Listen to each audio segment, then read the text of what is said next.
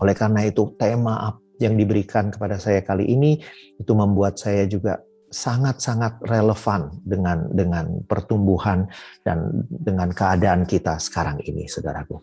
Ya, apa ayat yang kita akan lihat dan menjadi dasar dari pembicaraan kita? Ayat tersebut saya ambil dari Ibrani pasalnya yang ketiga, ayatnya yang ke-7, dan supaya lengkap saya ambil sampai ayatnya yang ke-9. Di situ dikatakan, sebab itu seperti yang dikatakan Roh Kudus, pada hari ini jika kamu mendengar suaranya, jangan keraskan hatimu seperti dalam kegeraman pada waktu pencobaan di padang gurun, di mana nenek moyangmu mencobai aku dengan jalan menguji aku, sekalipun mereka melihat perbuatan-perbuatanku 40 tahun lamanya. Saudara, ini cerita tentang bangsa Israel. Ini cerita tentang bangsa Israel ketika mereka dibawa keluar dari perbudakan Mesir, kemudian menuju ke tanah yang dijanjikan, tanah Kanaan. Jadi saudara lihat di sini bahwa Allah sedang mencoba menggenapi janjinya kepada Yusuf, kepada Abraham, kepada Ishak. Allah sedang mencoba menepati janjinya. Namun ternyata bangsa Israel seringkali marah-marah sama Tuhan. Seringkali seperti orang yang nggak happy dengan jalan Tuhan seperti ini. Ada 3 kata dalam ayat ini, dalam ketiga ayat ini yang saya ingin ajak kita semua sama-sama lihat dengan hati-hati. Kata yang pertama adalah hati, saudaraku. Itu kata yang pertama, hati. Ya. Lalu kata yang kedua adalah keraskan. Oke, keraskan. Hati, kemudian keraskan. Dan kata yang ketiga adalah kegeraman. Saya ingin kita semua sama-sama melihat ayat-ayat ini dengan kata-kata ini dengan hati-hati. Dan menurut saya tidak ada tempat yang lebih tepat daripada melihat Alkitab dalam konteks aslinya. Alkitab dalam bahasa aslinya. Sebab di dalam bahasa aslinya, di situ digambarkan nuansa-nuansa yang mungkin tidak tertangkap oleh bahasa Indonesia. Ya, karena Anda tahu bahwa bahasa Indonesia ini kan, Alkitab kita, bahasa Indonesia itu terjemahan. Dan terjemahannya itu bukan hanya terjemahan yang langsung, tetapi terjemahan yang secondary. Ya, nah oleh karena itu saya mau ajak kita sama-sama melihat kata asli dari kata hati. Kata hati dalam bahasa aslinya di dalam Ibrani ini menggunakan kata kardia. Kalau saudara ingat kardio, latihan yang menguatkan jantung, kardiologi, ilmu yang tentang jantung. Nah, kardia ini menyatakan hati, menyatakan jantung. Namun catat baik-baik bahwa ini tidak hanya merujuk kepada perasaan saja, tetapi juga bicara tentang mind, pikiran. Kata kardia juga berbicara tentang karakter, tentang kepribadian kita yang terdalam, inner self gitu. Siapa kita sesungguhnya? Itulah hati. Itulah hati yang dimaksud dengan hati. Itu juga bicara tentang kehendak. Itu juga bicara tentang maksud dan tujuan yang ada di dalam hati kita. Juga bicara tentang apa, saudaraku? Ini yang paling penting, pusat kehidupan kita. Ya, jadi itu yang dimaksud dengan penulis kitab Ibrani tentang kata hati di sana. Ya, merefer kepada hal-hal ini. Lalu apa, saudaraku? Kata berikutnya adalah keraskan. Kata keraskan, saudaraku, itu asal katanya adalah skleruno. Dan kata itulah yang menjadi asal dari kata skeleton atau tengkorak. Nah, apa arti dari keraskan? Artinya di situ adalah, saudara, pertama, secara sadar kita memutuskan untuk menolak bahwa apa yang Allah katakan itu benar. Ngeri ya, saudaraku ya. Ngeri ya. Namun pengertian lainnya juga adalah apa, saudaraku? Menjadi kaku, rigid. Tentu, saudaraku, ini berita buruk. Nah, seringkali, saudaraku ya, seringkali ketika kita bertumbuh di dalam Tuhan, seiring dengan pertumbuhan kita mulai menjadi kaku. Kita mulai menjadi kaku dengan aturan-aturan yang ada. Kalau saudara lihat, siapa yang paling sering bertentangan dengan Yesus di zaman Yesus masih ada di dunia ini? Mereka adalah ahli-ahli Taurat dan orang-orang Farisi. Ahli-ahli Taurat dan orang-orang Farisi adalah orang-orang yang yang sangat-sangat fasih dalam agama. Mereka mengerti kitab Taurat dengan begitu hebatnya. Namun merekalah yang sering berbenturan dengan Yesus. Mengapa? Kaku. Nah, hati-hati saudaraku, jangan sampai pengertian-pengertian kita, jangan sampai apa yang kita pelajari di dalam gereja itu malah membuat kita menjadi kaku sehingga kehilangan esensinya. Nah, jadi jangan sampai kita menjadi kaku. Gitu. Walaupun kita nggak boleh terlalu fleksibel di dalam semua hal. Kita harus punya rigidity. Kita harus punya kekakuan dalam hal-hal tertentu. Saya selalu bilang seperti ini. We have to have zero tolerance for the truth. However, we need to love those who trespass the truth. Jadi kita harus terhadap kebenaran, kita harus punya kekakuan yang luar biasa. Ini benar, ini salah. Namun jangan benci mereka yang jatuh di dalam kesalahan. Itu dia saudaraku ya. Nah, hal ketiga yang muncul di dalam pengertian mengeraskan itu adalah dried out, menjadi kering. Nah, ini saudaraku, ini yang saya harus tekankan kepada saudara-saudara, pada kita semua hari ini. Hari-hari ini kesulitan-kesulitan yang menerpa kita, kesulitan-kesulitan yang menghantam kehidupan kita, itu bisa membuat kita menjadi kering. Kita mulai merasa, kok Tuhan kayak begini ya, kok kayaknya ikut Tuhan susah ya, kok kayaknya keadaan gak berubah ya, kok saya berdoa dan Tuhan kayaknya di situ-situ aja. Nah, ketika kita mengizinkan hal itu terjadi pada kehidupan kita, kita sedang mengeraskan hati kita, saudaraku. Kita sedang mengeraskan hati kita. Hati-hati agar jangan sampai kita jatuh ke sana. Ya, itu tentang mengeraskan, saudaraku, skleruno. Nah, kata berikutnya yang aneh adalah apa? Kegeraman, saudaraku. Kegeraman menggunakan kata parapikrasmos. Sebenarnya kata kegeraman ini adalah pemberontakan, saudara. Lebih daripada sekedar anger, pemberontakan, saudara, di dalam diri kita. Provokasi. Dan yang lebih jauh lagi apa, saudaraku? Iritasi. Iritasi itu bicara tentang apa? Peradangan di dalam diri kita yang membuat kita menjadi sosok yang lemah, yang gak kuat, dan kemudian akhirnya lumpuh, saudaraku. Seperti itu. Ya, jadi kata kegeraman yang diterjemahkan menjadi kata kegeraman sebenarnya lebih merefer kepada pemberontakan. Kita mulai menolak prinsip-prinsip Tuhan, kita mulai menolak bahwa Dia adalah yang paling benar. Dan kemudian kita mulai memilih kebenaran-kebenaran lain yang kita suka, saudaraku. Hati-hati dengan semuanya itu. Itu peringatan yang diberikan di Ibrani 3 itu, saudaraku. Nah, kalau kita lanjut di Ibrani 12 ayatnya yang pertama, di situ dikatakan, karena kita mempunyai banyak saksi, bagaikan awan yang mengelilingi kita, marilah kita meninggalkan semua beban dan dosa yang begitu merintangi kita. Dan berlomba dengan tekun, dengan perlombaan yang diwajibkan bagi kita. Catat baik-baik, saudaraku, kita punya perlombaan yang wajib untuk kita jalankan.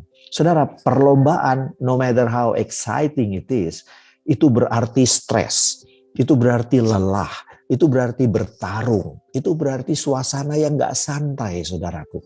Ya, jadi kita punya kehidupan yang memang tidak didesain untuk menjadi kehidupan yang berleha-leha dan santai-santai. No, kehidupan kita adalah seperti kehidupan yang orang yang berada di dalam perlombaan.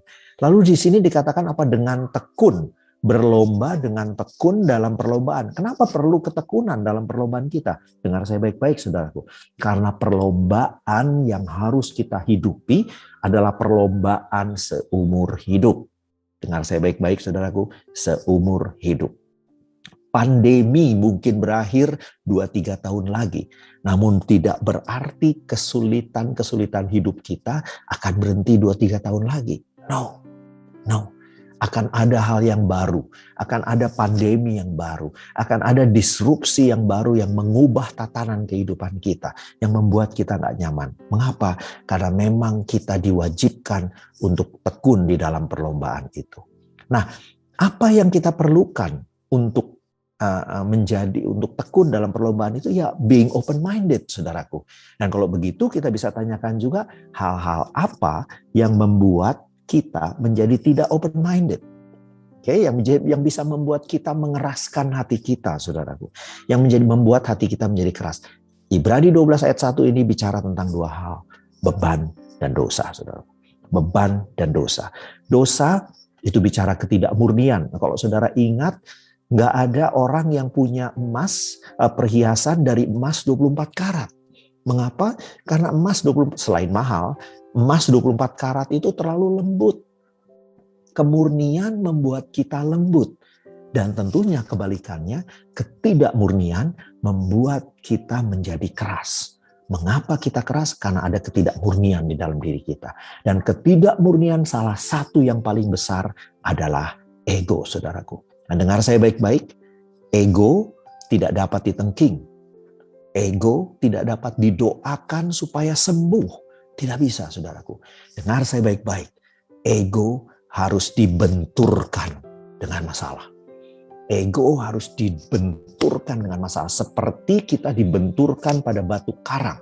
Supaya ego itu hancur, retak, remuk, rusak. Dan sosok Kristus, karakter Kristus bisa keluar mengatasi ego kita. Amin, saudaraku. Amin. Pandemi memang tidak enak. Hal-hal ini memang tidak menyenangkan. Tapi dengar saya baik-baik, saudaraku. Ini adalah sesuatu yang necessary. Ini adalah sesuatu yang necessary untuk membuat hati kita lembut. Supaya kita bisa dibentuk oleh Tuhan. Supaya kita bisa mengikuti Dia sampai kemanapun Dia ada. Amin, saudaraku. Hal apa lagi yang Tuhan mau? Selain beban, ketidakmurnian, dan ego, dosa, ketidakmurnian, dan ego. Hal kedua adalah beban, saudaraku. Beban masa lalu. Beban masa lalu itu bisa berupa kegagalan, bisa berupa trauma, bisa berupa luka, bisa juga berupa keberhasilan, saudaraku. Bisa juga berupa keberhasilan. Jadi paradigma kita yang lama tentang kehidupan bergereja itu sedang Tuhan bongkar saat-saat ini. Hal-hal yang lama yang kita sudah punya sejak zaman dulu itu sedang Tuhan bongkar dan Tuhan ubah. Contoh paling nyata adalah ibadah online ini, saudaraku. Tidak pernah terbayangkan oleh kita bahwa kita satu saat akan beribadah dengan cara seperti ini. Oleh karena itu kita sedang diubah untuk tidak lagi membatasi diri pada hal-hal yang bersifat fisikal. Kita harus bisa melihat bahwa semuanya ini Tuhan sedang mengubahnya supaya kita tidak menjadi kaku. Amin, saudaraku. Dua hal yang bisa membuat hati kita menjadi keras adalah dosa dan beban masa lalu. Nah, saudaraku, saya akan tutup dengan hal ini. Apa sebabnya Tuhan menghendaki kita untuk open-minded? Apa sebabnya Tuhan bilang dengan keras kepada kita hari ini? Jika kamu mendengar suaraku hari ini, jangan keraskan hatimu. Jika kita mendengar suara Tuhan hari ini, jangan keraskan hatimu. Mengapa, saudaraku? Karena Tuhan akan datang dengan nuansa yang baru. Tuhan, kita harus mau mengizinkan Tuhan menjadi Tuhan. Oke? Kalau Dia yang menjadi Tuhan, Dia boleh menyatakan dirinya sebebas Dia. Nggak bisa dibatasi oleh kita. Kita nggak bisa definisikan apa yang boleh dan tidak boleh oleh Tuhan lakukan. Kita nggak bisa bilang yang ini Tuhan, yang ini bukan. No, kita harus mengizinkan Tuhan menjadi dan menyatakan dirinya seutuhnya buat kita, saudaraku. Dan salah satu hal yang paling bermasalah, yang mungkin bisa bermasalah buat kita adalah tentang hal ini, saudaraku. Bahwa selama ini kita selalu mengaitkan kasih karunia dengan kebaikan Tuhan. Amin. Kasih karunia dan kebaikan Tuhan. Kasih karunia itu selalu dikaitkan dengan sesuatu yang indah, yang lembut, yang baik, yang enggak menderita deh, kira-kira seperti itu ya. Kalau penderitaan itu kayaknya bukan kasih karunia. Namun saya mau ajak kita sama-sama melihat Filipi 3, saudaraku. Ini ayat yang luar biasa pentingnya. Ayat yang ke-7 dulu. Tetapi apa yang dahulu merupakan keuntungan bagiku, sekarang kuanggap rugi karena Kristus. Ya, Kristus datang membawa disrupsi. Kristus datang membawa benturan. Apa yang dulu keuntungan, sekarang menjadi kerugian karena Kristus. Ayat 8, kalau itu aja nggak cukup. Ayat 8 di situ dikatakan, malahan bukan hanya yang dulu dianggap keuntungan, segala sesuatu kuanggap rugi, kata Paulus. Karena pengenalan akan Kristus Yesus, Tuhanku lebih mulia dari semuanya itu. Saudara lihat, Oleh karena dialah aku telah melepaskan semuanya itu dan menganggapnya sampah, supaya aku memperoleh Kristus. Saudara, kalau kita nggak punya cukup keterbukaan, open-mindedness di dalam diri kita, di dalam hidup kita, nggak punya cukup hati yang lembut, kita akan hancur dengan kondisi seperti ini. Apa yang kita percayai selama ini, apa yang kita mengerti selama ini mungkin sedang ditunggang-langgangkan oleh pengenalan kita akan Yesus. Dan Yesus akan membawa kita kepada pengenalannya yang akan dirinya yang makin lama makin dalam, saudaraku. Yang bukan tidak mungkin itu akan bertentangan, bahkan berbenturan dengan hal yang kita sudah kenal tentang dia dari dulu, saudaraku. Ya, oleh karena dialah aku telah melepaskan semuanya itu. Kita lanjutkan ayat yang ke-8. Dan menganggapnya sampah supaya aku memperoleh Kristus. Lihat lagi ya, dan berada dalam dia bukan karena kebenaranku sendiri, karena mentaati hukum Taurat. Kristus, yaitu kebenaran yang Allah anugerahkan berdasarkan kepercayaan. Ini bicara kasih karunia, saudaraku. Kalau saudara lihat, dia berada dalam dia bukan karena kebenaranku sendiri. Ini bicara legalisme. Ini bicara kitab Taurat. Bahwa kamu harus memenuhi hukum ini supaya kamu menjadi umat kesayangan Tuhan. Tapi sekarang di sini dikatakan bahwa apa? Paulus mengatakan dia membuang itu semua. Dia membuang pemikiran itu semua. Melainkan dengan kebenaran karena kepercayaan. Diganti dengan iman, saudaraku. Diganti dengan iman. Ngerti ya saudaraku ya? Ini bicara tentang kasih karunia. Ya, bukan lagi memenuhi hukum, tetapi dipenuhkan hukumnya oleh Kristus dan kita tinggal menghidupinya. Kita tinggal menghidupinya. Dan ayat yang berikutnya, saudaraku, ini yang sangat penting, yang perlu kita catat baik-baik, saudaraku. Saudara boleh lupakan semua yang saya cerita pada hari ini, namun bawa pulang ini, saudaraku. Bawa pulang ini, sebab ini begitu penting sekali. Ayat yang 10. Yang kukehendaki ialah mengenal dia dan kuasa kebangkitannya. Sadar nggak saudara? Tidak ada kebangkitan tanpa kematian. Ketika kita berdoa mengatakan bahwa kita ingin mengenal kuasa kebangkitannya, kita sedang membawa kematian ke dalam diri kita. Kita harus mati terhadap diri kita. Hanya dengan cara kita mati terhadap diri kita, kita bisa mengenal kebangkitannya. Amin, saudaraku. Yang lebih jauh lagi, yang kukehendaki ialah mengenal dia dan kuasa kebangkitannya dan persekutuan dalam penderitaannya. Kasih karunia bicara tentang bersekutu di dalam penderitaan Kristus. Menjadi satu dengan penderitaan Kristus. Di mana ayat selanjutnya katakan, aku menjadi serupa dengan dia dalam kematiannya. Rasanya teman-teman ya, rasanya tidak sulit untuk kita memaksa diri kita menjadi sama dengan Yesus yang lemah lembut. Kita menjadi sama dengan Yesus dalam hal kebaikan hatinya. Kita bisa memilih untuk menjadi sama dengan Yesus dalam hal-hal baik yang kita lihat dalam diri Yesus. Namun yang Paulus katakan di sini adalah apa? Supaya aku menjadi serupa juga di dalam kematiannya. Ini hal yang menggetarkan hati saya, saudaraku. Beranikah saya juga mengatakan seperti Paulus mengatakan, Yesus, aku ingin menjadi serupa dengan Engkau dalam kematianmu. Ayat 11, supaya aku akhirnya beroleh kebangkitan dari antara orang mati. Tanpa kematian, tanpa menjadi serupa dengan dia dalam kematiannya, saya tidak pernah bisa beroleh kebangkitan dari antara orang mati. Amin, saudaraku. Jadi jangan kita hanya bermimpi tentang kebangkitannya. Sadari bahwa kebangkitan hanya bisa kita alami ketika kita menjadi serupa dalam kematiannya. Saudara, itu sebabnya penting sekali untuk kita open-minded di dalam mengikut Tuhan ini.